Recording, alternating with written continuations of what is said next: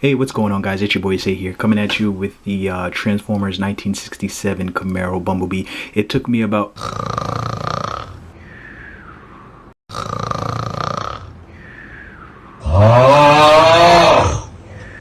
Oh, so y'all sleep? Yes, sir. Yes, sir. Yes, sir. Yes, sir. Yes, sir. Yes, sir. I think it's time to blow this thing. Get everybody's stuff together. Okay, 3, 2, 1, let's go.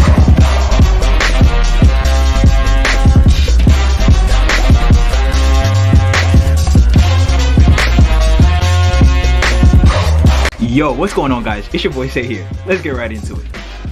Okay, so here we have the Transformers Age of Extinction 1967 Camaro Bumblebee. Now, the robot mode of this Bumblebee wasn't ever actually in the movie. However, the vehicle mode was featured for just a few seconds in one of the scenes. Now, as you can see, this is not just a regular Bumblebee here. This Bumblebee comes fully equipped with a jet engine backpack, which gives him the ability to fly. And additionally, attached to that backpack are some missile launchers, which are mounted on the tops of his shoulders right here. Because, as you already know, Optimus Prime here gained the ability to fly in Transformers Dark of the Moon. So I said, you know what? I'm gonna hook my man's Bumblebee up this video and give him a jetpack. Because Michael Bay out here playing. Now, in order for me to get the jetpack onto the back of his body here in his robot mode, I do have to remove the upper portion of the car that usually sits on his back. However, the backpack is merely an addition to his robot mode, and he still can transform without any pieces being removed when he has his regular backing on him. Now, for a size comparison, here he is next to a cell phone. And then here he is next to a bottle of water. So I'd give him a good 8 inches. And let's not forget his super mega awesome hand cannon here, which I used a translucent orange piece to make it look as though it's actually on and ready to fire. And on the sides here, you can see a whole bunch of little pieces that I used to simulate all the details that he has on his cannon. Fun fact, I have built 4 different versions of Bumblebee now, and I've used the exact same cannon on every single one. Moving on.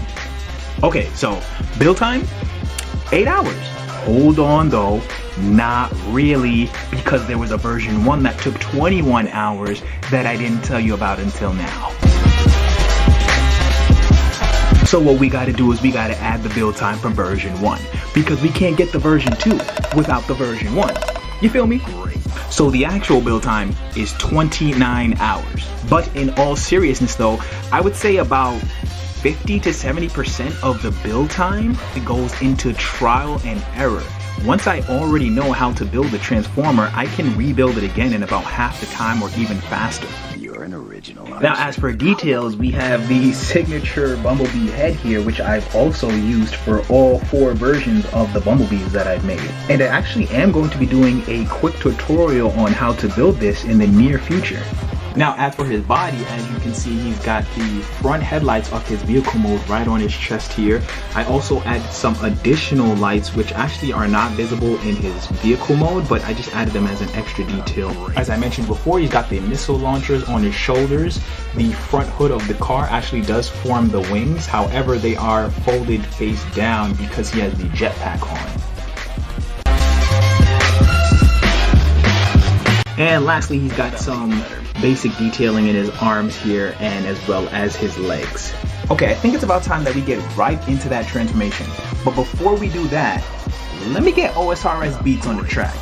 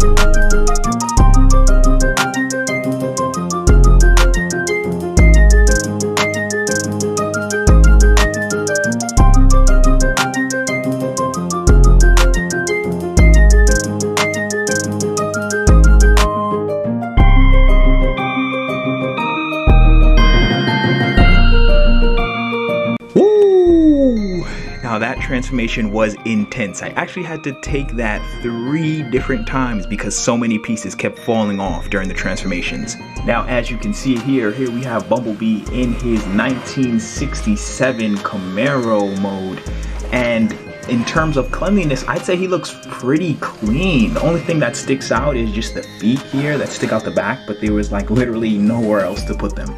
And if we compare the vehicle mode of version 2 here to the vehicle mode of version 1,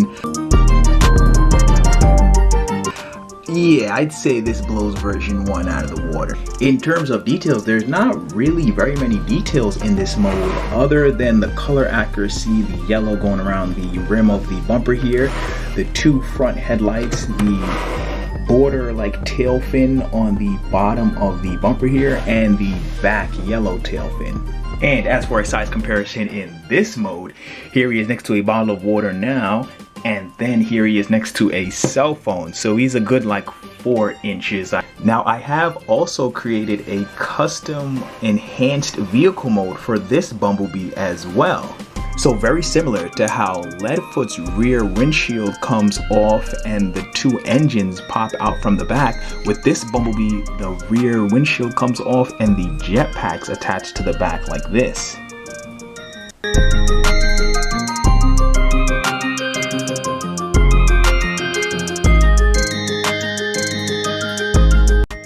And here Bumblebee is in his official enhanced vehicle mode. On a side note, if you guys are interested in seeing another customized version of Bumblebee, definitely check out my Bumblebee movie Bumblebee. He has a battle axe and a super cool shield that he wields in his robot mode. I will leave the link to that video at the end of this one. But before you go and watch that video, let's get right into the piece count to see how many pieces I used to create this Bumblebee right here.